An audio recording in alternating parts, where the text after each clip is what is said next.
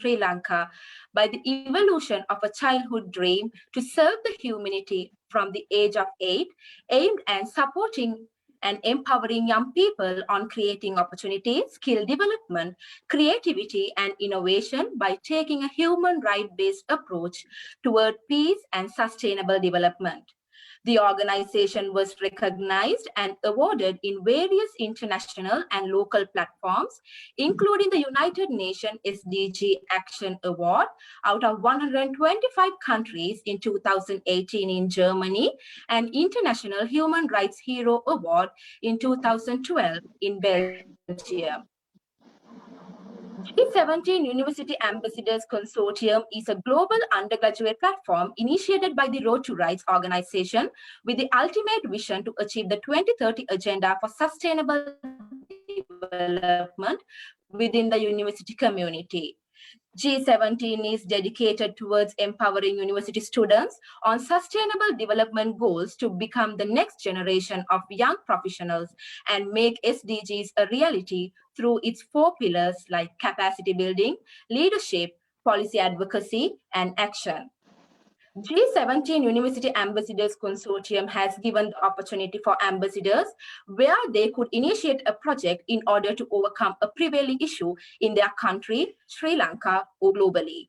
World Future of Industries with Innovation and Automation is a project led by the G17 Ambassador for Goal 9, Industry, Innovation and Infrastructure, Ms. Kalasi Veeratunga, from Sabaragamu University of Sri Lanka with the objective of making industry sustainable, cost-effective, ethical, while gaining a competitive advantage in a strategic business environment. So now, in order to continue the webinar further, I would like to hand over the session to Mr. Asitha Pinnaduwa. Mr. Asitha, it's over to you.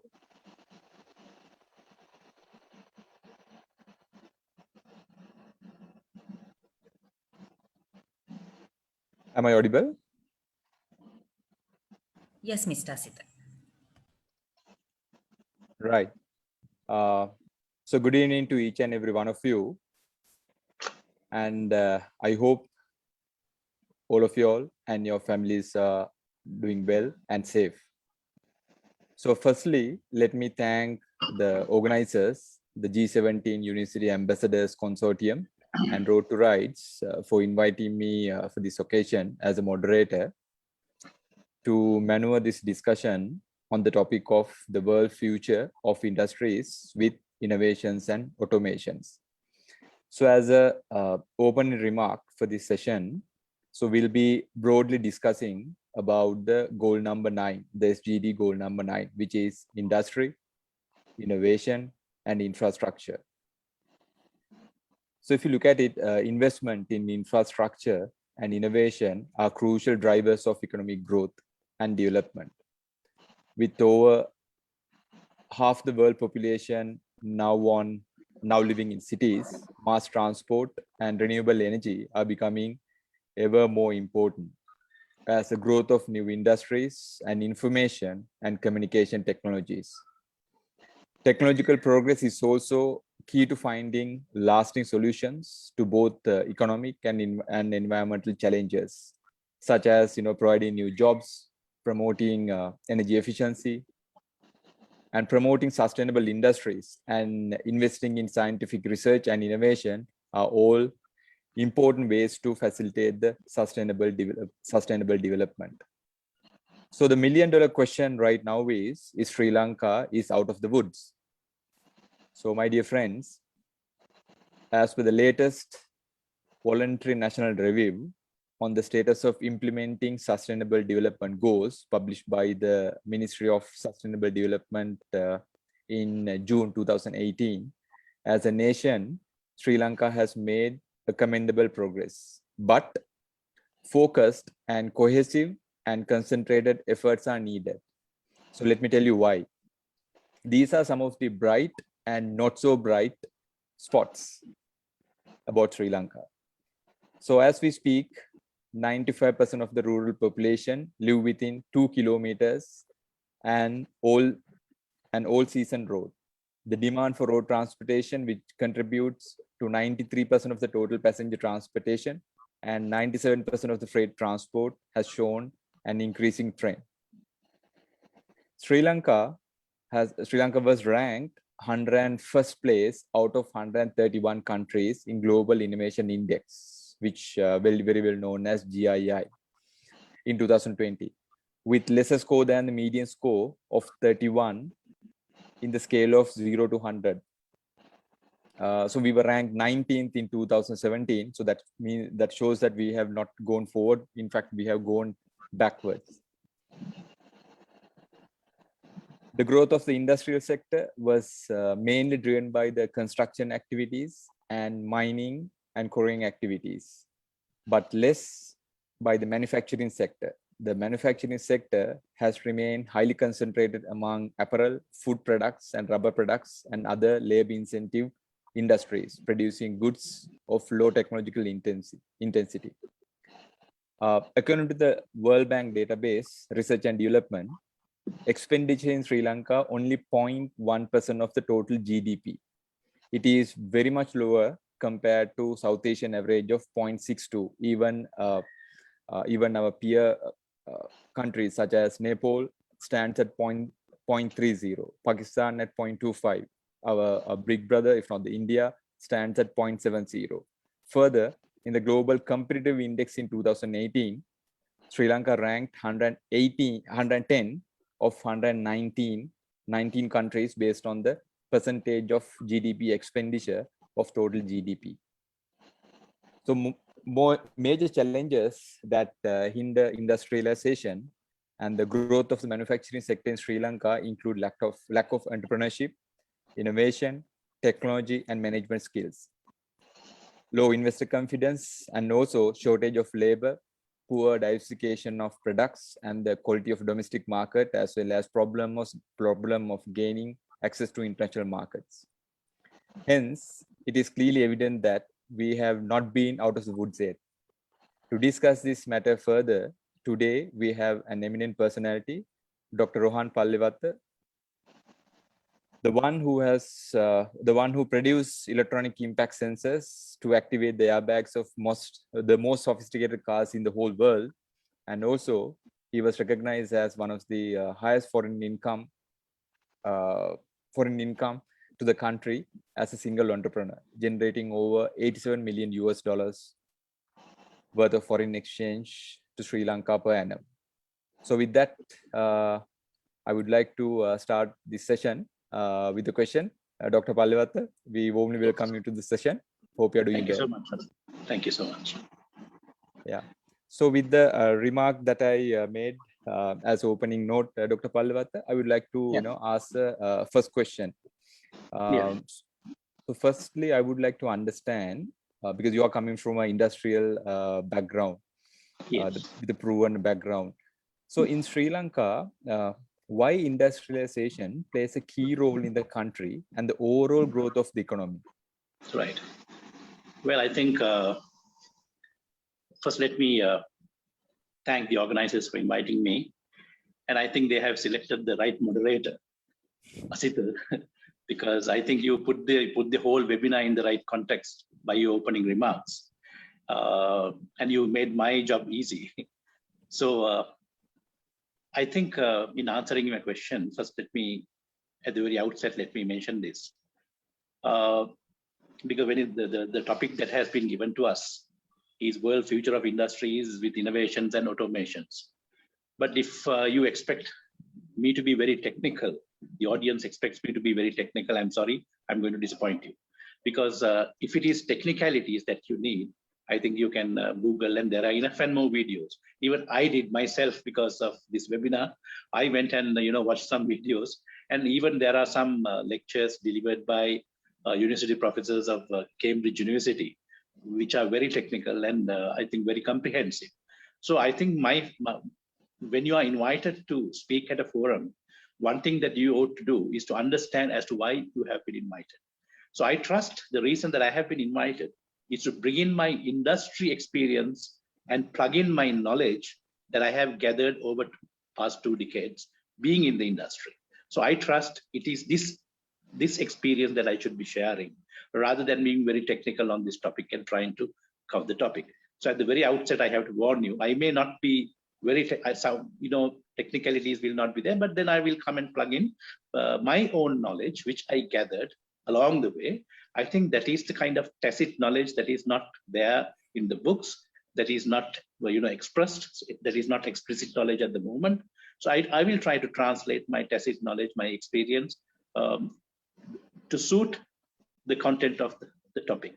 Now, industries, as you said, it's very, very important, because although we may show a certain growth in the economy, because now we are more inclined, we are a more service-oriented economy than a manufacturing economy. But the danger in being a more service-oriented economy, we have already seen the dangers, because when the April 21st attack came, we saw what happened to the tourism industry. And now during the COVID, we have seen. But when you take the countries that were into manufacturing, the fall is not so steep, right? But I believe for a country to not to be volatile to external factors and have a economy that can be sustained, at least I believe there should be 30% of industry component in the economy. Now, if you take the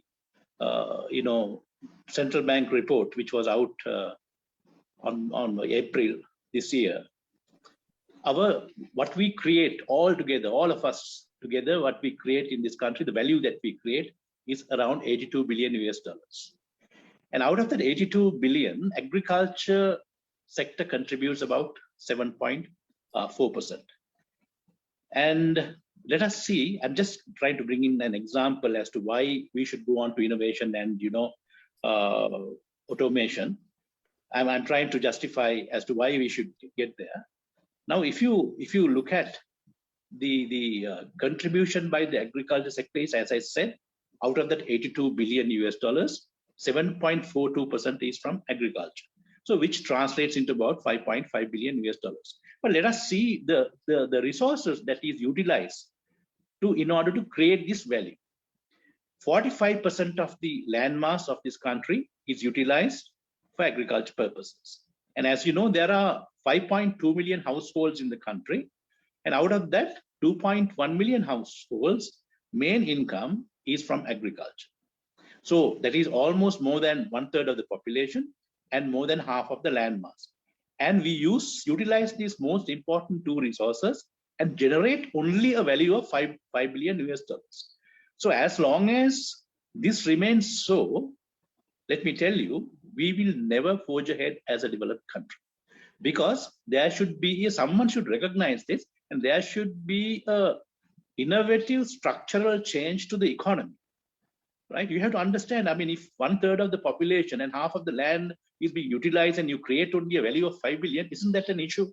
So we have to question the people who are in the place of policy making. They have to question this. I know it is politically, it might not be very popular to touch the agriculture sector, but then someone has to have the gut. It is not to say that they should do away with agriculture completely. What I'm saying is we must improve the productivity of the agriculture sector, because now we talk about per capita of around 4,000 US dollars. But if it was true, 4,000 per capita at the present exchange rates translates into about 800,000 rupees per person. So 800,000 means, which means a month, a person will receive 66,666 rupees. So a family of four will receive about 266,000 income. But then that is sufficient, I believe, in Sri Lanka. If a family of four is having about 266,000 income, that is sufficient for a decent living. But why is it not apparent in the society?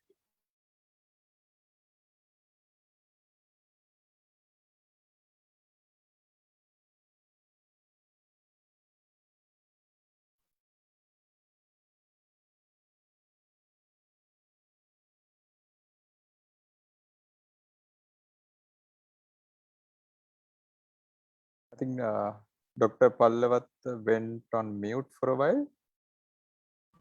Yeah, I think there is a small connection. Now, okay, right? Small connection issue, I think. Yeah.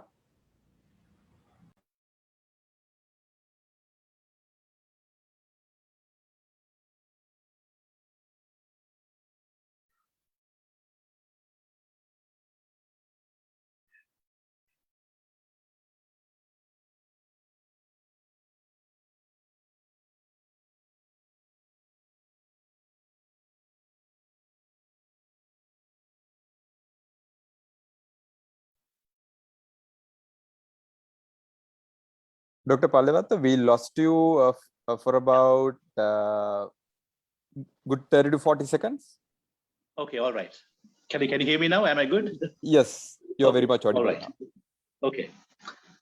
So what I was saying was the people at the policy level should, because I mean, if you take the people who are engaged in agriculture in our own country, out of 70% of the people who are engaged in agriculture, they have not had even their education even up to O levels.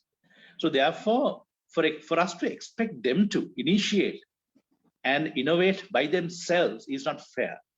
So then there should be some authority. I mean, we have to have an organization that bring into the country the innovations that is relevant to the agriculture. Not only the agriculture. I'm just taking an example, agriculture sector as an example, because there is a huge bottleneck there. We will, as I said, unless we remedy that, we will never forge ahead as a country. I think I have, more than answered your question, and Asta, may I continue? Or? Yeah. I have a couple. Yes, I mean, if you have Yeah. if you would like to add some more Yes, comments I to would the like question, to add, because I understood that there are, most of the audience is consists of students. So there are certain books that I can recommend to them if they are, really interested in this topic world, the future of industries. There is one book called The Industries of the Future, The Industries of the Future by Alec Ross, right? This is a must read for a person who's serious about trying to grasp, trying to catch in your mind as to what is going to happen in the future. Then there's another book by Toby Walsh. It is titled 2062. It is just trying to tell you as to what the world is going to look like in 2062. So this is also by Toby Walsh. I think it's a must read. And then the third book that I would recommend for the university students is What the Future and Why It's Up to Us by Tim O'Reilly, right? So these three books, if you read, you will get a comprehensive idea as to the nitty-gritties of the topic that we have at hand. But I have to tell you, automation, although we talk about automation now, if we try to understand as to why are we discussing this, I think most of the audience, the youth, they may have an idea of becoming an entrepreneur, like me, or a better one. So I have to inculcate in the minds and encourage them that spark. I have to create that spark in the mind, the entrepreneurial spark in the mind. I think that will also be one of my duties as we go along. So I have to tell you now, my industry, the industry that I'm in, quite contrary to the popular belief, 50% of the products, 50% of what I do is labor intensive. So even that has not been automated 100%. So I believe that although automation and artificial intelligence, robotics, everything may come into the industry, which is good, but then it will never ever take away 100%. The human involvement cannot be taken away 100%. We will still need the human fingers, the human mind, we will need them. So therefore, for example, now what the airbag sensor that I do, it was developed almost 40 years ago. But then to date, that has not been replaced by anything else.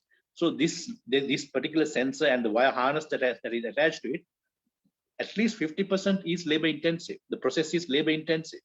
So if it was only machine produced, I don't think Sri Lanka, a country like Sri Lanka, would have had the advantage of doing it here in Sri Lanka. So as at the outset, I have to tell you, of course, you have to embrace, because embracing innovation, embracing technology will no more be a choice. It is not a choice. It is a must if you have to forge ahead.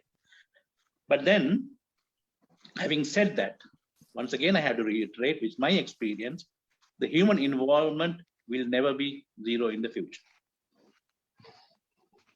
Yes, Aziz, you can Yes. shoot me the second question. Yeah. Yes. Thank you, Dr. Palwatha. I think you made the right context for the first question that we discussed. So I think yes, the audience would be really appreciate to gather the tacit knowledge, because as you correctly said, I mean, the textbook knowledge is widely available in present context, but what really matters is you hear it from a person who has been there and done it, which is in present context, which is very rare. And also you highlighted the fact that the certain inefficiencies in the agricultural sector. So that also actually, if you really look at it, look at it, the certain resources that we have in the case of, let's say, for an example, land, a dominant force in economic production, which is become a rare. There's a scarcity of land that we can utilize. So that actually naturally paved the way to industrialization, which is I think that Sri Lanka, I think we have all the capability and the right to win as well, with a little bit of direction, and as you correctly said, with correct proper policy framework, and upon building that framework, I think we should be able to, I think we have the right to win. So in that context, Dr. Palwatha, I would like to ask, if you take this specifically in respect of industry, how Sri Lanka has performed as a country, and out of which what industries have shown exponential growth locally. Of course, please feel free to take any sorts of example. We are happy to get your knowledge as much as possible. Yeah. I think if you, there was one professor from the University of Harvard, Professor Hausman, and he uses a very unique, graph to. He was in Sri Lanka actually some time back. He's Professor Hausman is a well-known professor, and he uses colors to depict the export basket of a particular country. So when he came to Sri Lanka, he did a presentation where he used colors to depict the export basket of Sri Lanka back in 1999, right? Then back in 1999, and then he used a live, it was running on the screen, and how the colors changed over the years. He took 20 years from 1919 to 2019. Sri Lankan export basket using colors. If certain products disappeared, then that color would disappear from as it went on a timeline. And he took the examples of Thailand and Malaysia and compared it to Sri Lankan situation. The colors that were used in his graph by Professor Hausman 20 years ago were topsy-turvy. I mean, they became very, very minimal in importance as the time went on, which means Sri Lanka has not, it is the same old export basket as a country that we have. We have to understand, I think over and over again, this has been told. So these countries, they of course started with labor intensive industries like the garments, but then subsequently, they slowly, graduated into more, technology intensive industries where the value is more, because we have to understand it is the poorest of the poor that will be compelled to sell their labor.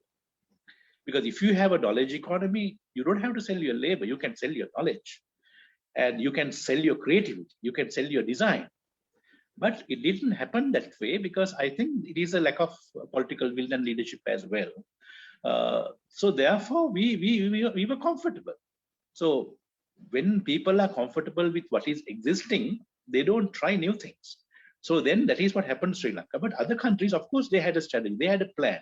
They thought, okay, initially let's do the value addition labor, but then subsequently let us graduate. So Sri Lanka has not progressed according to Professor Hausmann and according to what you and I can see. If you take our economy, the structural composition of tea, rubber, coconut, then garments, and then foreign remittances, I mean, they remain the same, right? We have not had a revolution in structural change to the economy. So, and Sri Lanka, we have to say, I mean, when you take the global scale, I mean, mine is not a conglomerate. Mine is not a huge company. Of course, as a Sri Lankan, starting this company, I take pride in that. But then we have to understand, I mean, why isn't Sri Lanka producing a Jeff Bezos or a Bill Gates, right? Why isn't it that this kind of people aren't being born in Sri Lanka? No, I don't think that is the right question. Actually, it is why is it that these people are only coming from a few countries? Because these countries have a conducive system that gives far more wide, freedom for people to think. Now I know Dr. Bandula Vijay, who is in USA, he's the person who invented the catheter that inserts when you have a heart problem, right? That you something like a stent that you send it inside and it's a balloon. And it was invented first by a Sri Lankan, right? But remember, he was not a doctor. But in Sri Lanka, had he made this invention, the medical council would have been up in arms, saying, they will first ask for the medical certificate. How come that you invented something like? But in US, luckily that he was in USA, right? Today, I think he's having more than 40 international patents, and that was accepted because they will look at the applicability. And they will give the freedom for the people to think. I mean, there will be no, bureaucratic, obstacle for them to stop them. So now, even the industries, I think, getting back to answering your question more specifically, I think the IT industry in Sri Lanka is making the progress leaps and bounds. But we have to understand: do we have the necessary number of engineers coming out of the universities? Do we have the necessary infrastructure? Certainly not. Because if we are to be serious about even, we know that companies like HSBC are, they are doing some international, outsourcing is been done here in Sri Lanka. So IT outsourcing, BPOs, and business process outsourcing, we have not captured enough. So we don't have the infrastructure. So all these things ought to be, I mean, of course, there are enough and more documents these have been documented. So Sri Lanka has not done enough in order to get it to the next strata of industry. We have been doing the same old industries again and again and again. Now, even in my industry, I mean, you can't be complacent. You can't,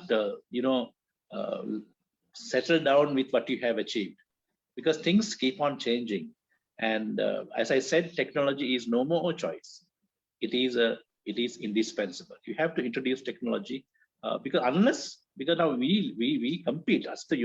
We compete with our products, right? It is not that the people are ready to buy my product at any cost that I produce it at, right? So when the technology invention comes in, of course, then if I don't embrace technology, and my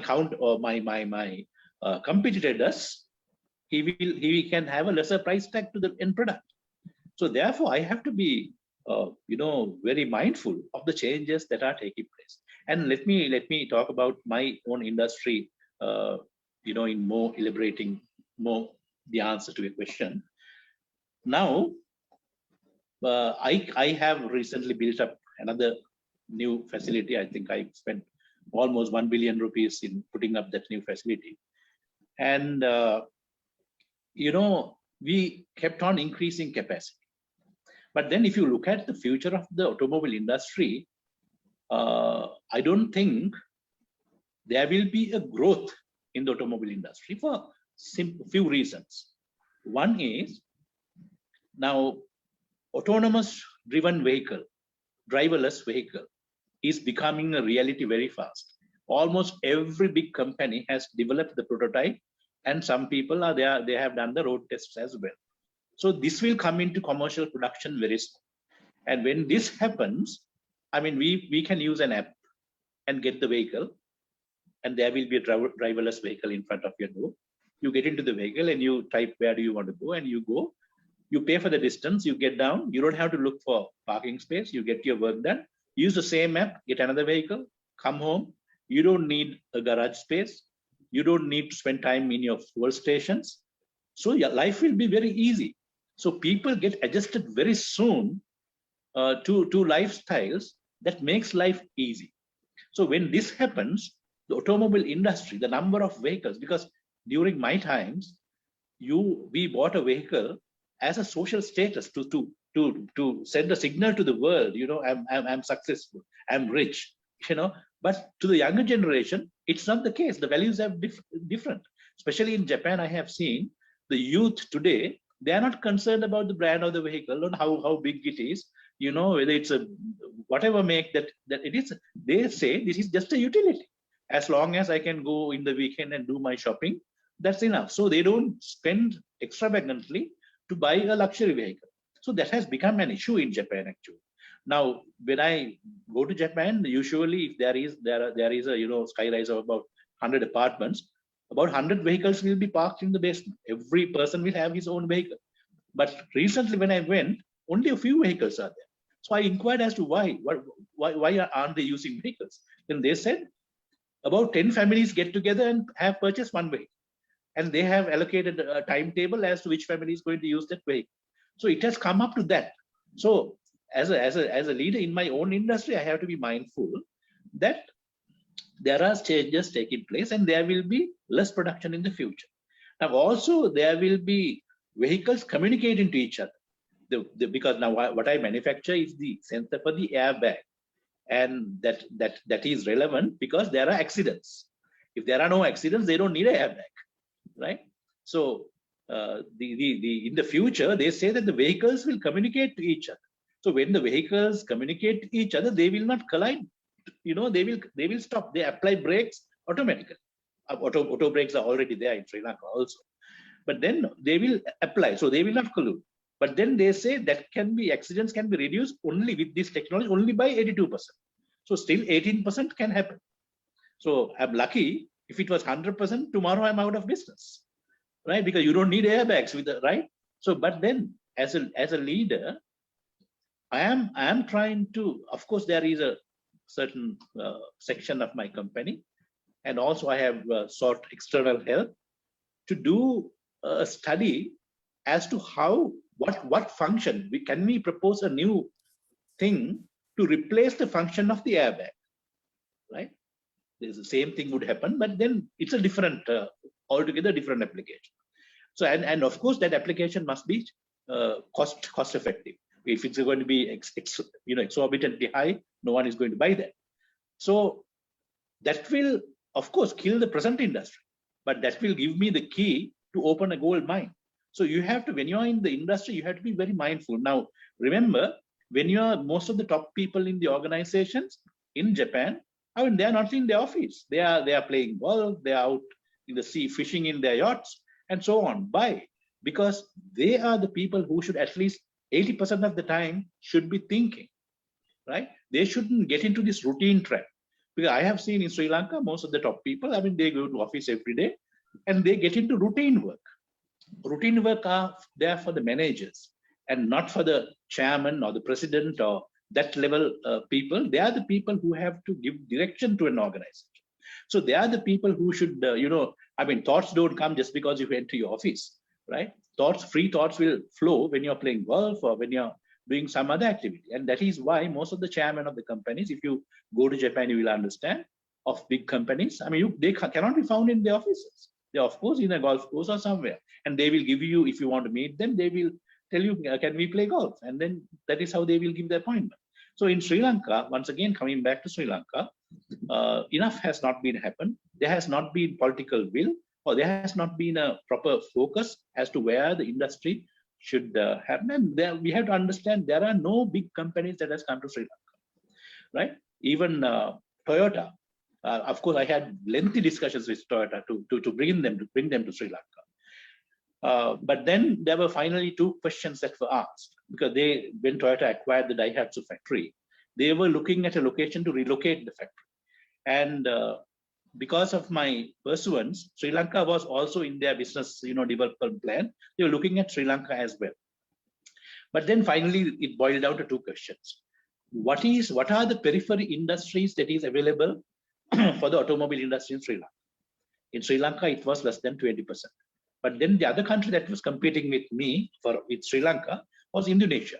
But in Indonesia, the periphery industry was about 60%. And then the number of vehicles that you could sell locally. In Sri Lanka, it was around 1,000, but in Indonesia, it was around 40,000. So naturally, the business went to India. And when Toyota located themselves in India, the chief minister of Tamil Nadu has visited Toyota 26 times. 26 times. So that is the level of political will, because if someone thinks that industry can take,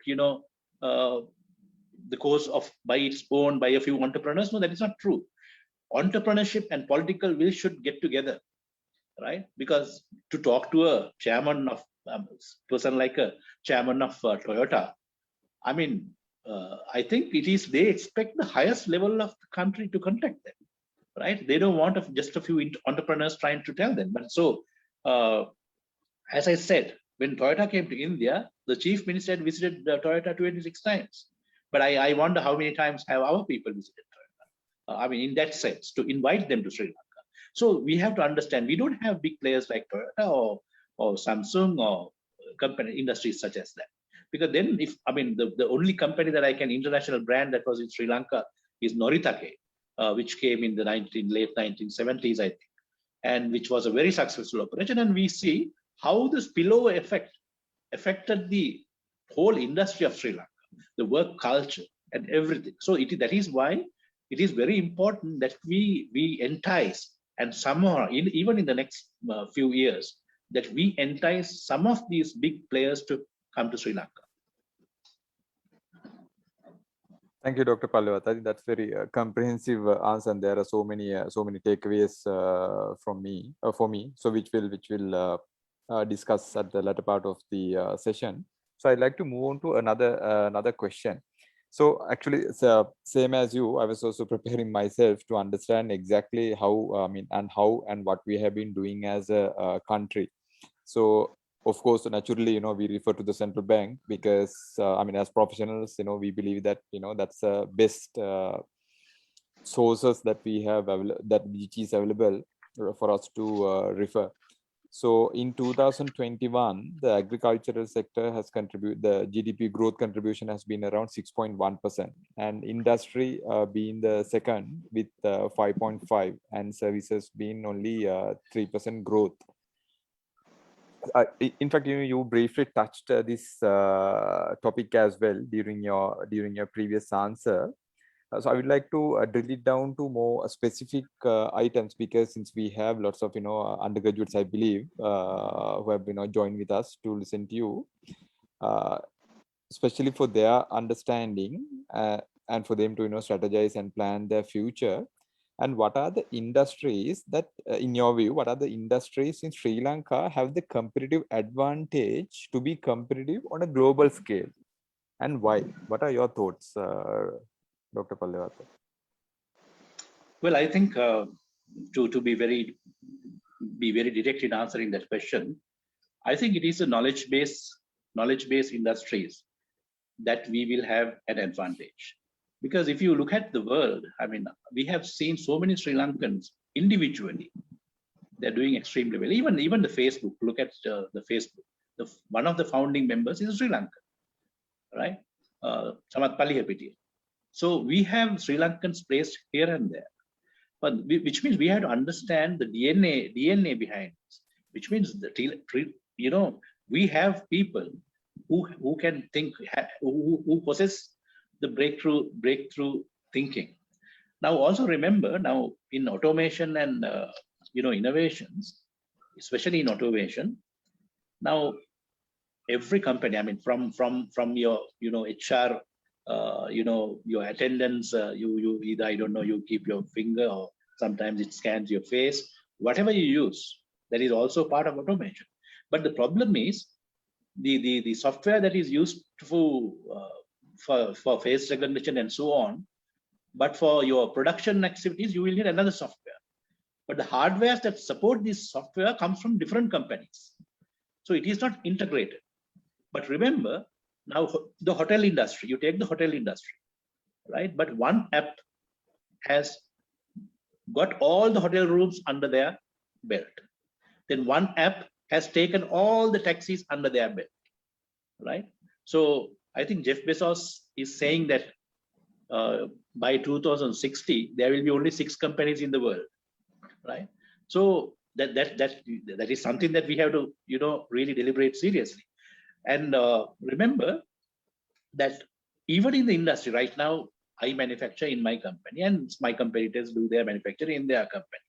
And we go about looking for, I try my best to introduce robotics. And of course, I have to congratulate especially the Moroto University. They send their, especially not only the Moroto University, other universities also, they send their students for industrial training to my company. So when they are sent to my company, I don't give them an assignment saying, okay, this is what you ought to do, because then I'm inducing my limitations to them. If I give them an, saying, okay, this is what I want you to do, then I'm inflicting my limitations to them. So they might be much vast in their thinking than myself, and they must be much modern than me. I know how talented the young generation is. So what I tell them is, okay, you go to the production floor, observe, and suggest to me what are the value additions, what are the human labor intensive areas where we can automate. And I have to tell you, Asita, they have come out with some brilliant suggestions, right? So that is why I'm still making profits. And remember, the growth of my company has been 10% year on year for the past 2 decades. I do not know whether there is any other organization in this country which has recorded a growth of 10% year on year. It's not easy.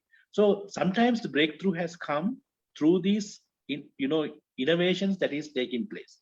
So I have to congratulate these students. So when you take into account the brilliance of these Sri Lankan students, I think the right industries for us to be more into designing knowledge-based rather than labor-intensive. Thank you, Dr. Palyath. I think one of the classic examples would be India. I mean, how the India has maneuvered themselves, maneuver their economy with, of course, with the right, political will and the long-term strategy. Where they also started their, the rebuilding of economy through labor-intensive activities. But then again, gradually they have transformed themselves to a knowledge-based economy. Now, if you look at top, Fortune 500 companies, Yes. Almost good, 50%, not maybe not 50%, 50%, at least 25 to 30% of the top seats are being populated by the Indians. Not to go by the nationality, but that's the truth, right? Because that they have shown how potential, the potential that they have, and also, as you correctly said, where Sri Lanka, where we are only a couple of kilometers away from the geography. Whereas, still we are trying to figure it out how to make use of that that resources, which is a human capital, which is, which is, lies with us. Whereas, as you correctly said, we have, bits and pieces everywhere. Our knowledge has been scattered, every part of the world, where actually as a country, we have not been able to harness the true potential. And we are still trying to figure it out, what needs to be done. I'm sure, to be fair, by the who the policymakers who has been in the past, I'm sure they would have done their best. But as an independent party, even to me, I do not see much of a focus effort has gone in. I think there's so much of potential that we have, and we can make use of it. Dr. Palyath, I would like to pay your attention, rather get your attention on the again, the industry.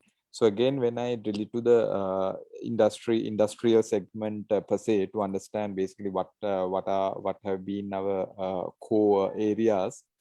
So what actually came on top of the top 7, the major subdivisions were the food products, wearing apparel, and the non-metallic and mineral products, cakes and refined petroleums, rubber and plastic, chemical and chemical products, and beverages. Is this the best that Sri Lanka can do, or do you think any other potential industries are out there for us to penetrate and explore? I think this is not enough at all. I mean, as I said, if we try to be comfortable with what we are, then we will never progress.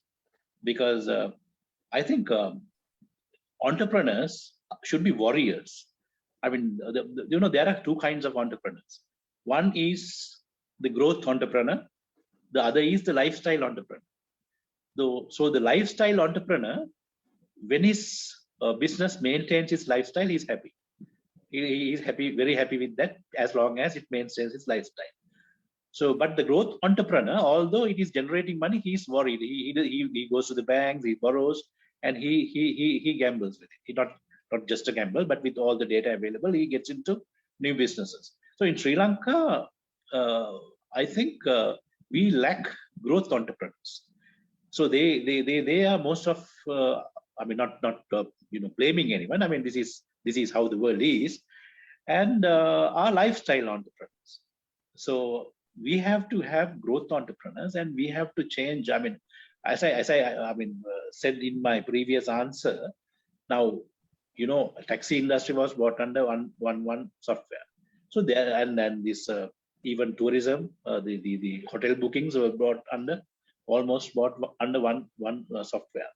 So even the manufacturing industry, the future, it will be under one software. That is the prediction. So you have to understand as to how you should do your preparations, because then there will be certain world standards that you have to adhere to in order to get into that league, right? So Sri Lanka should be mindful, and even from our school curricula, we have to teach our children the world's best practices, right? I mean, most of them hear the word world best practices, at least when they get into the university. So we have to understand and create that mindset, entrepreneurial mindset, that will create these industries for our country. Now, the industry that I started, right? I mean, there was no guideline. I mean, there was no mentor. I mean, I had to go embark on my own, and then I'm lucky that I was successful, right? But then if I was not, then I wouldn't be, at this webinar today. So we need more and more people who will go out there and try to envision the future. I mean, I'm not saying that we should envision the future to 2062 and then get prepared. I mean, of course, strategically we should, but then entrepreneur, I think, I mean, I have a different view, because if you look at 100 or 200 years after, I mean, you might create a business that no one is going to buy from. So, but remember, even the Jeff Bezos and this, who's the chairman of Virgin Airlines, I mean, recently you saw that they went to space.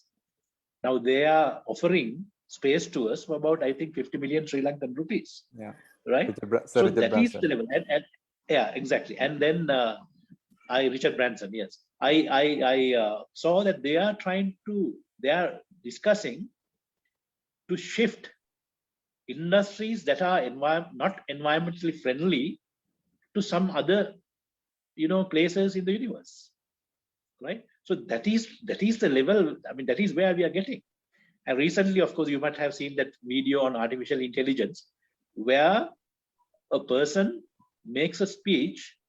She makes a speech in Japanese, while she's there in USA, right? There's a video, popular video in YouTube, and using artificial intelligence, and she speaks in English, and picking up her language, her voice and everything, that is being translated, and through a hologram, she's been, on stage using a hologram, and she speaks perfect Japanese, right? So that is the level where technology has, gone. So we have to understand we can't be, completely. We can't say, okay, let the technology go on and let us, have our own thing. No, we have to get there, and there should be. I mean, I'm not to be very specific in answering question. No, this is not enough. We have to get into some other industry, at least to encourage, pick up some, people, because in Sri Lanka we have about 19,000 patents, and and nothing has happened. And 19,000 patents, because in other countries there is a council that takes these, patent commercializing to their hand. Now, we don't have a body here. We expect the innovator himself to commercialize it, right? But then that may not happen, because the skill set that is needed to innovate and the skill set that is needed to commercialize may be two things. So it may very rarely be in the same person. So we have to understand these, dynamics of innovation, and let the innovator innovate, and let us have another body who can commercialize it. Exactly. In fact, my second question also might touch the some of the elements that we discussed, Dr. Pallewatha. So actually, this is one of the most frequently asked question by myself, because I moderate various industries. So interestingly, so if you look at it, I think during my open remarks I made this comment as well. Sri Lanka ranked 101 among 131 countries, and our average is about 23%. Even some of the South Asian counterparts, like India, ranked at 47. And if you look at even some of the peer economies like Nepal, they are actually ahead of us, where we were, and where the Nepal was some time back. I don't know, right? Something doesn't really rhyme. So during last 10 years, the 30.8 was the highest, and 2020 recorded as the lowest with 23.8. So my question is, Sri Lanka, we always, we carry that, proud, or rather, we always, boast about, having the literacy rate of, 93%. So why this high literacy rate has not been transmitted to innovation, and, why we are lagging behind? And as a nation, are we only creative and not being innovative? Because always there's a difference between the creativity and the innovation. What are your thoughts, Dr. Pallewatha? Well, I think that indicator of literacy, I think there is something wrong in that, because there is a huge disparity between that indicator and innovation. I don't think it has any connection with. I think that is being taken by your ability to read and write. Read and write. So ability to read and write does not necessarily make a person innovative. So it is just a prerequisite. So I think now even in I will take my example, my organizational example. The management guru Peter Drucker said, innovative ideas are like frogs' eggs. Out of millions hatched, only one or two would reach maturity, right? Once again, I'm saying, Peter Drucker said, right? Innovative ideas are like frogs' eggs. Out of millions hatched, only one or two would reach maturity. So what is the take? Now, we have to understand, a person will not generate a brilliant idea every time he comes with the idea. So it is amongst about thousands of mediocre ideas, there can be one idea that is a game changer. So in an organization, what I do in my organization, we have, of course, structured system where people can come out with their ideas, and we evaluate it every month. And if there is a value addition, of course, we reward them handsomely. But we never discourage people by saying, what is this? This is a foolish idea. Then if that happens, people will never come out with the next idea, right? It might be a very mediocre or, good for nothing idea, but then you should never encourage the free flow of ideas, because it is among these free flow of thousands of millions of ideas that can be one or two game-changing ideas. So the most of the organization, I mean, sometimes the top just blatantly say, what the hell, I mean, there's no value in this idea. But that discourage the innovative culture in an organization.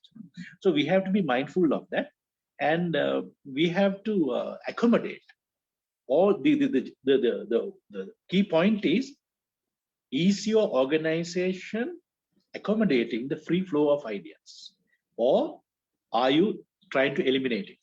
If you're trying to eliminate it, your organization will never be an innovative organization. So because now what I manufacture, the impact sensor, the drawing comes from companies like Toyota, Honda, or any other big automobile maker, because their designing department send us the drawing.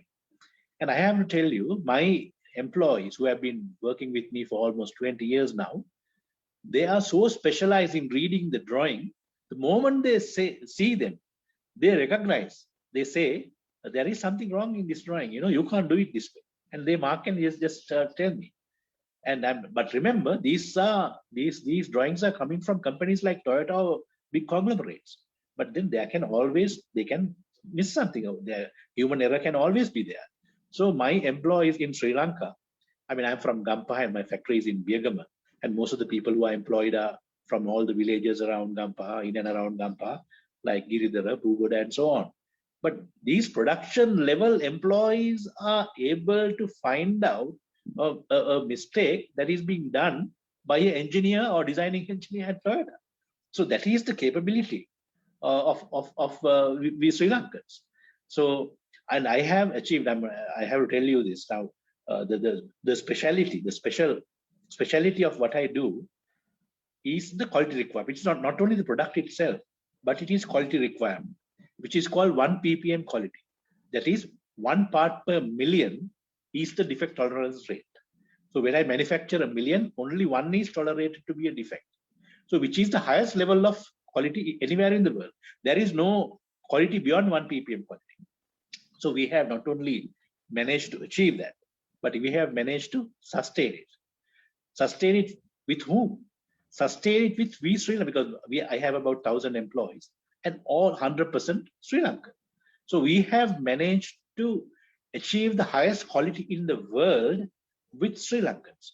And remember, when a company like Toyota or Honda, when they impart Sri Lanka to manufacture the impact sensor that would trigger the airbag when there is an impact, which means they are entrusting the lives of their people, right?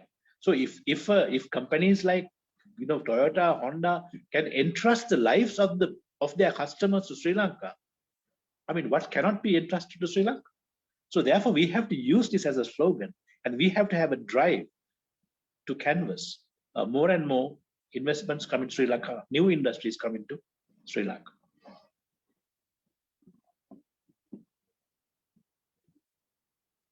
Sorry, I was on mute. So thank you, Dr. Pallavath. I think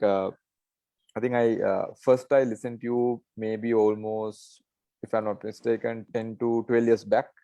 I think at the Foundation Institute. So I was quite, not quite actually, very much fascinated with how much and what you have done with your organization. So I have been always using as a case study whenever the time that I do my my own lecturing for various professional bodies. So I think your entity and your approach something that we should be proud about as a country as well. So with that note, Dr. Pallavath, I think we can move on to the questions from the audience. So I would like to, so the name is not been given, so therefore I will read out the question for you. The first question to you is, can our country be 100% self-sufficient? As an example, let's take agriculture. Some are telling that we need to reach self-sufficient in Sri Lankan agriculture. Will it be possible to produce all of our agriculture outputs within the country, or will it be better to import them? What is better? I think that question has to be answered in the sense what is comparative advantage to the country. Because as I said, using the land mass available for agriculture, right? Is it better if we utilize the same land mass to do something else? So this is a question that we have to ask. So personally, I believe now people sometimes say we should have food security, but food security people have misunderstood is not necessarily that you have to grow your own food.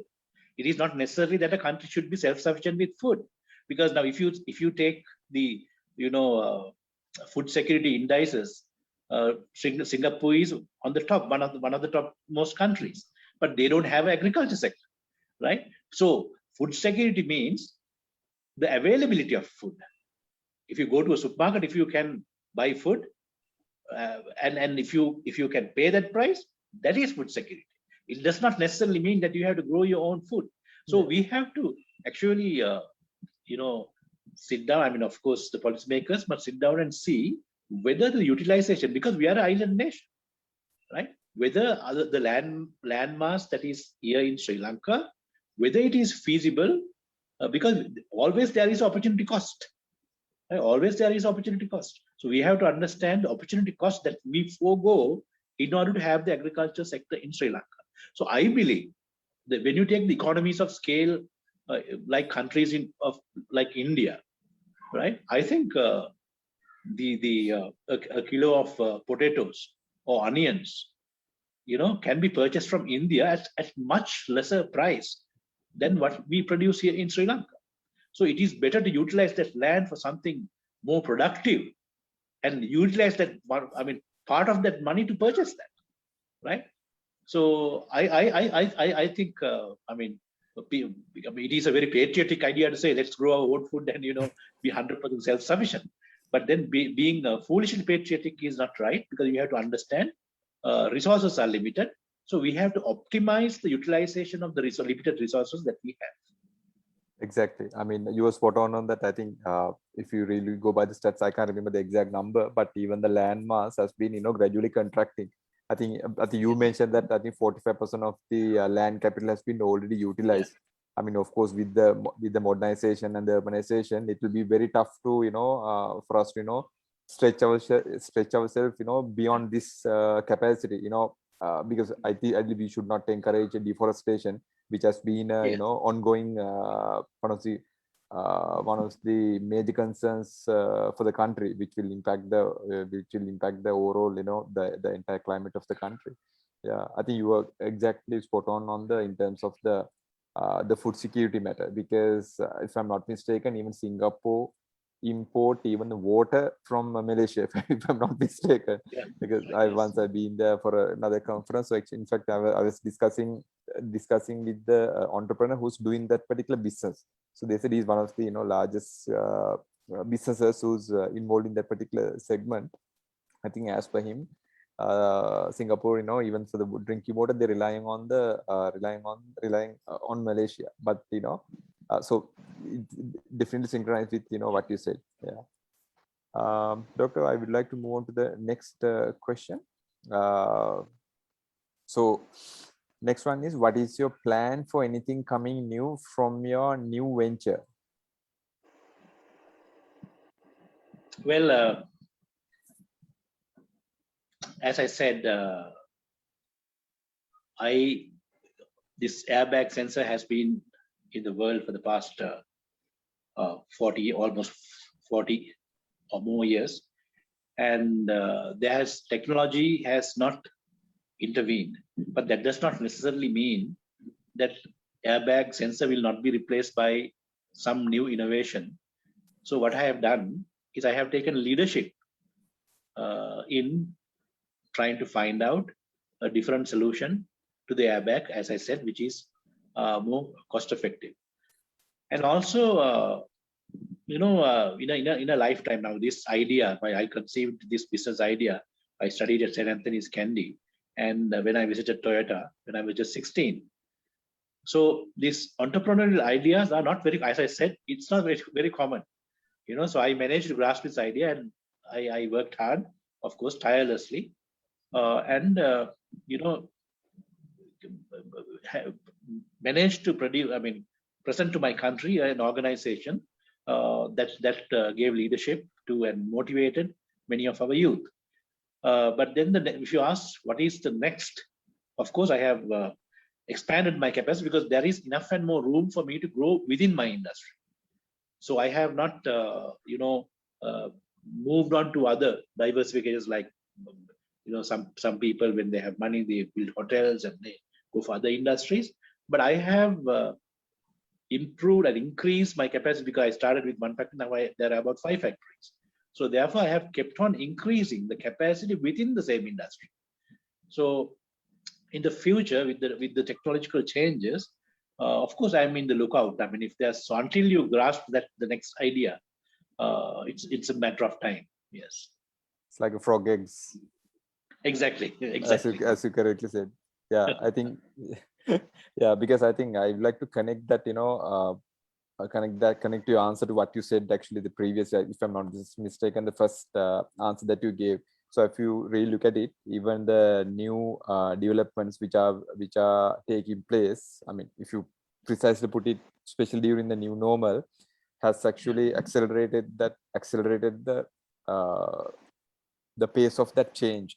If you Exactly. as you correctly said, I mean, now you see people using less and less vehicle, because even the organizations also proactively encourage staff to work from home. I mean, that will of course improve their productivity, and so that would require less mobility. So as a result, as you correctly said, yes, people might think twice or thrice. Hey, look, should I go for that my X type of vehicle? Should I invest that money, or should I take that should I invest that money in another asset which will appreciate over a period of time? And also the new, especially the Gen Zs, so their level of thinking is completely different to the baby boomers or the millennials. So they are more into rather than yes, they would like to associate brands, but they actually more than the perceived value, they actually would like to look at the utility of and how much that they can make use of it. So I think those factors actually will definitely change the dynamics. Yeah. Thank you, Dr. Pallivatta. So the next question for you is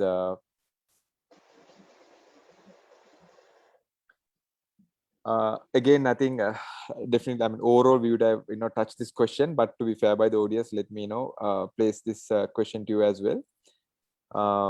Dear sir, what you have said so far is very true, and have succeeded in foreign countries, but in Sri Lanka, when RDA develops a road, then the water boards start dig that newly built road as taking a classic example of how lacking the connectivity between several organizations.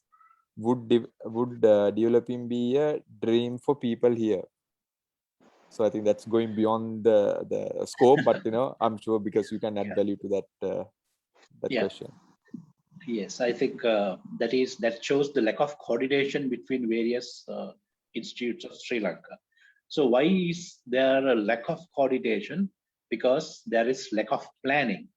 So for us to forge ahead, if you take a look at the countries that have forged ahead and who are on the top list today, I mean, one hallmark is that they have had a plan, economic blueprint for that matter. Even Malaysia, even Singapore, all these countries had an economic blueprint, whichever the government that was there, which they took forward. So in Sri Lanka, unfortunately, every now and then when the government's changed, because we remember, I'm not talking politics, but we remember one government, they encouraged the port city and it came up nicely, and the next government, they said, no, we are against the port city, and they stopped.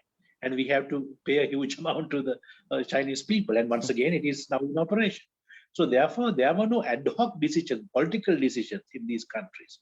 So in our country, because now we remember there was one Dr. Uday Indraratna, who was in Sri Lanka, and he is one of the top advisors to.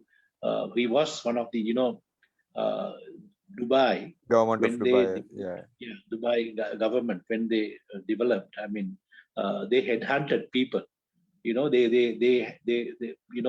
the present the ruler, his father, I think he had 4 children, and he summoned all the children and said, I'm not going to give you my chair traditionally to the eldest one. So you have to come out because Dubai will soon run out of oil, and the person who come out with the best non-oil economic plan for Dubai will sit here. So I think the fourth child who was in Sandhurst military, going through a military training, he hired Boston Consultancy Group and the McKinsey's both, and they came out with a model, the Dubai transformation model. But as you know, the consultancy groups, they do the consultation, they have the book in volumes and they present it to you and they leave. They don't implement it. So they headhunted people, and mind you that the ruler then, the present one's father, accepted that plan as the best plan for Dubai. Then they headhunted people to implement this, to transform it into action. So the person who headed that committee, the transformation committee, was Dr. Udayendra. So he was there in Dubai during the rise of Dubai for 10 years as the main chief government advisor. So that very person was in Sri Lanka for 2 years, trying to bring in that experience where he has single-handedly got more than 5,000 companies to locate in Dubai. He has been responsible, imagine 5,000 global scale companies. So this person came and did a blueprint to the present government. I presented it to the present president. And I trust that at some point that this will be taken and that this will be implemented in the country, so that we have a plan. So we have a plan done by not just a mediocre mind, a person who has been in the game, who has played the game. So the question, it says that there are certain ad hoc things, one comes and carpet the road, then the next day they dig and so on. Lack of coordination because there is no economic blueprint at the moment. Of course, that has been presented to the president, and we believe as citizenry of this country, I know it's not easy because when it comes to economic blueprint, there is a structure and what Dr. Udayendra says, and we have to keep on transferring knowledge to different layers, including the president, cabinet of ministers, then the ministry secretaries, up to the school teachers and so on. There should be a knowledge transfer happening constantly, so that everyone will understand what is this economic blueprint. And if we can use the media and show every day, okay, by 2030, this is where we want to be, and this is where we are today, then the entire country will come together, because then they will understand, okay, we are on a path. We are on a path to victory. We are going to liberate ourselves. We are going to be a better country. But right now, what has happened is that there is a hopelessness in the entire country. People have lost hope. Everyone is trying to get out of the country. Now, that is the absolute truth. Because for a youth, especially these university students that are listening, for them to buy a vehicle, then buy their house, and have some money to have a wedding ceremony, that has become a pipe dream, right? But the same person goes to Australia, within 1 year, he gets all this. So we have to have this economic blueprint. We have to have a plan. Then, of course, these ad hoc things happening here and there can be avoided. Then only then that we would progress. That is the starting point. Thank you, Doctor. I think I'd like to move on to the next question.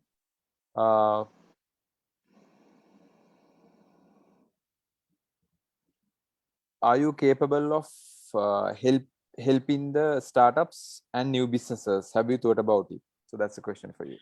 Of course, not only that I have thought, I have already done, because actually the Moroto University, the robotics team that went to Japan, and I don't want to say all the sponsors that I have done, but when they build the electric car and so on, I have helped so many startups, and I'm always conducive. I've always allocated time to people to come and make presentations. There were some very good products, and some people have actually moved forward. But I have to tell you, some people, they have moved to other countries and have become successful. So which means sometimes even the prototypes, to develop the prototypes, they have found it difficult to get the necessary items down to Sri Lanka. So therefore they have moved to other countries, and which is freely available when you are a startup. There is a lot of help from coming from the government level. So of course, as an entrepreneur, I'm very keen to help these startups, and especially to encourage them, because remember, as I always tell this, there is no straight line to success. There will always be ups and downs.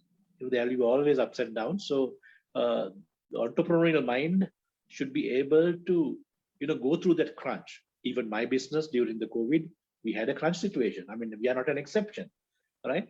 But then as the business leader, you have to learn to survive this crunch situation. Because when you take a cycle race, at the beginning, everyone is together. But when the steep hill comes, the real leader emerges. So I think this situation is like that. So the real business leaders will forge ahead during this crunch situation. And I know some of my competitors, I think they have gone down. Therefore, I had to increase my capacity even during COVID. So I think I have survived the most difficult period. Yeah. Thank you, Doctor. So the next question would be, what are the sectors that foreigners can invest in near future in Sri Lanka?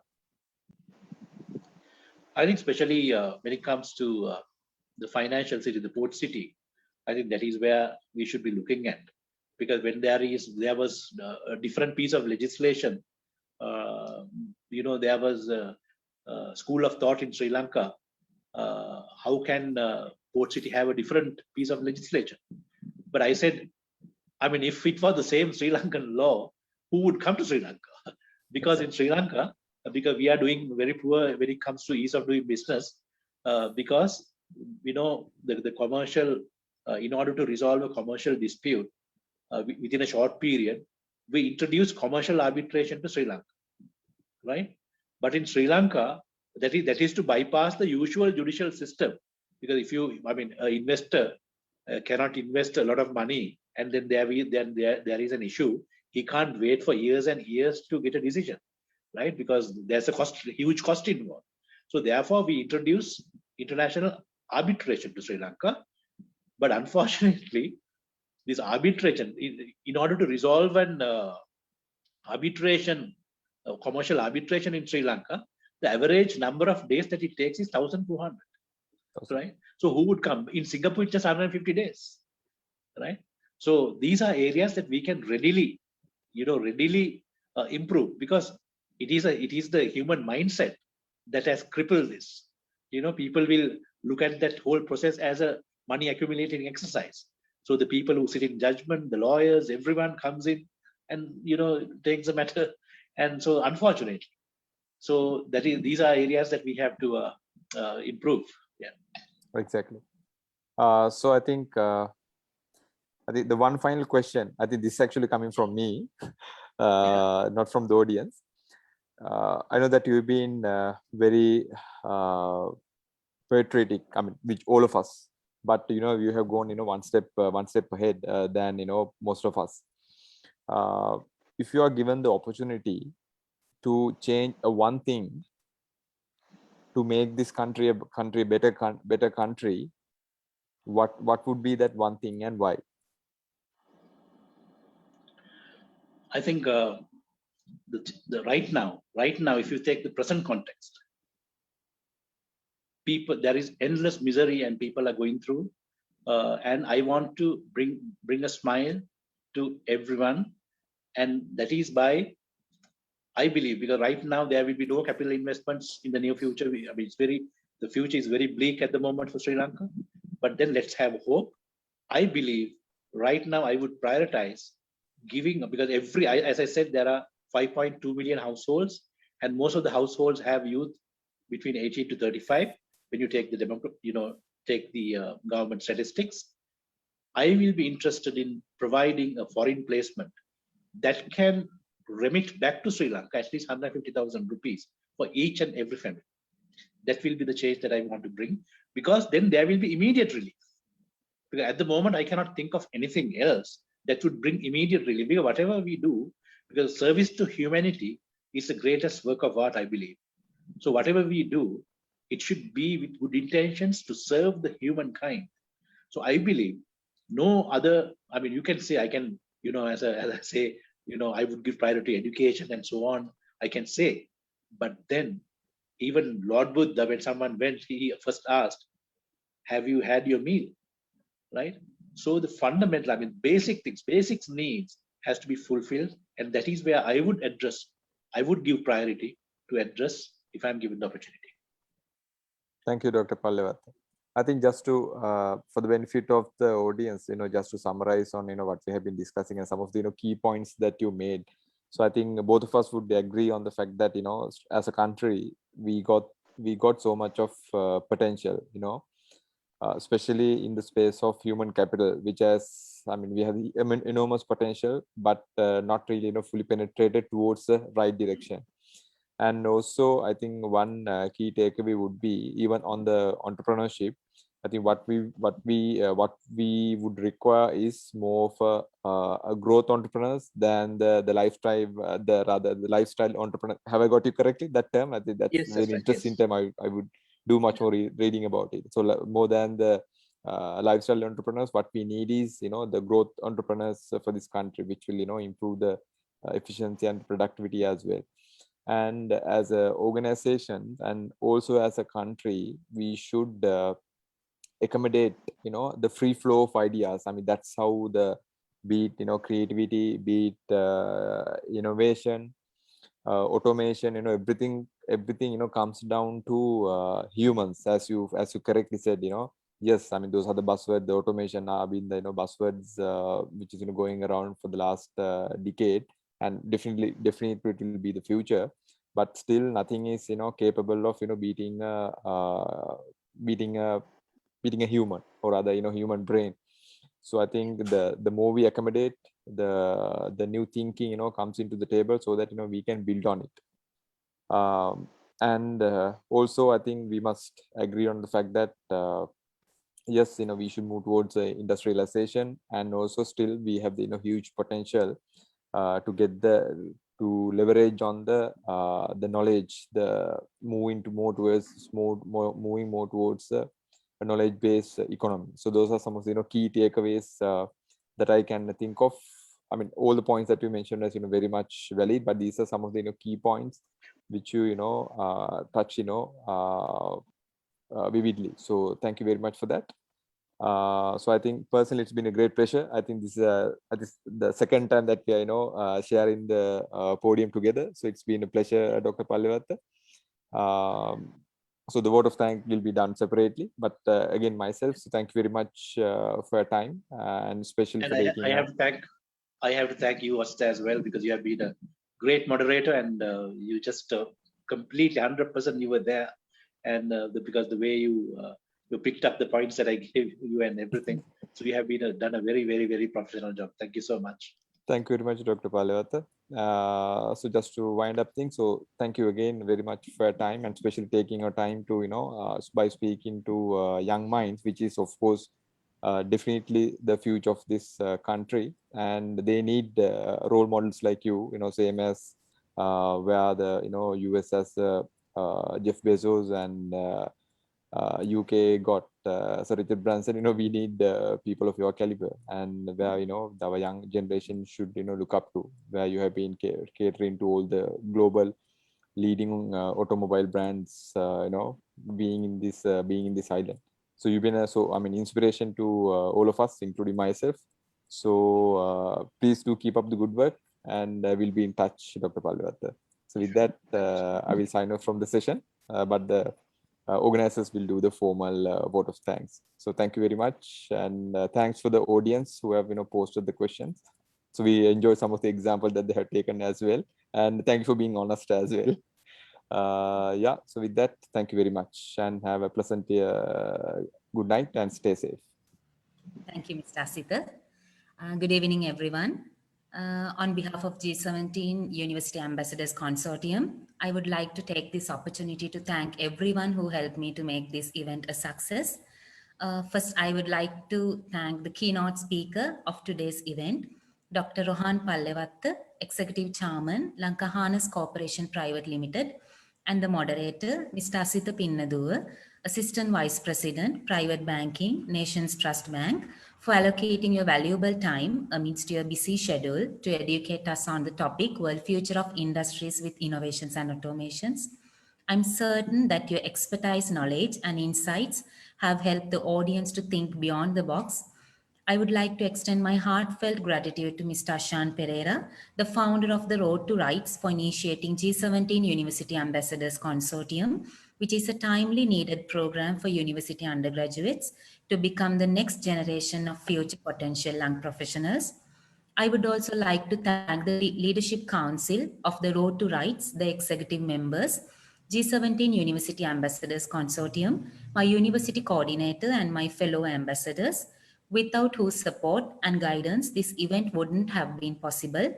I'm truly honored as an ambassador of G17 Ambassadors Consortium to thank Mr. Sham Veeratunga and Ms. Chamatka Premaratna for giving continuous support to the event. Last but not least, I would like to thank the audience for being supportive throughout the event, and we strongly believe that you will give your continuous support in achieving sustainable development goals by joining the Action to Impact campaign. Thank you and have a great evening.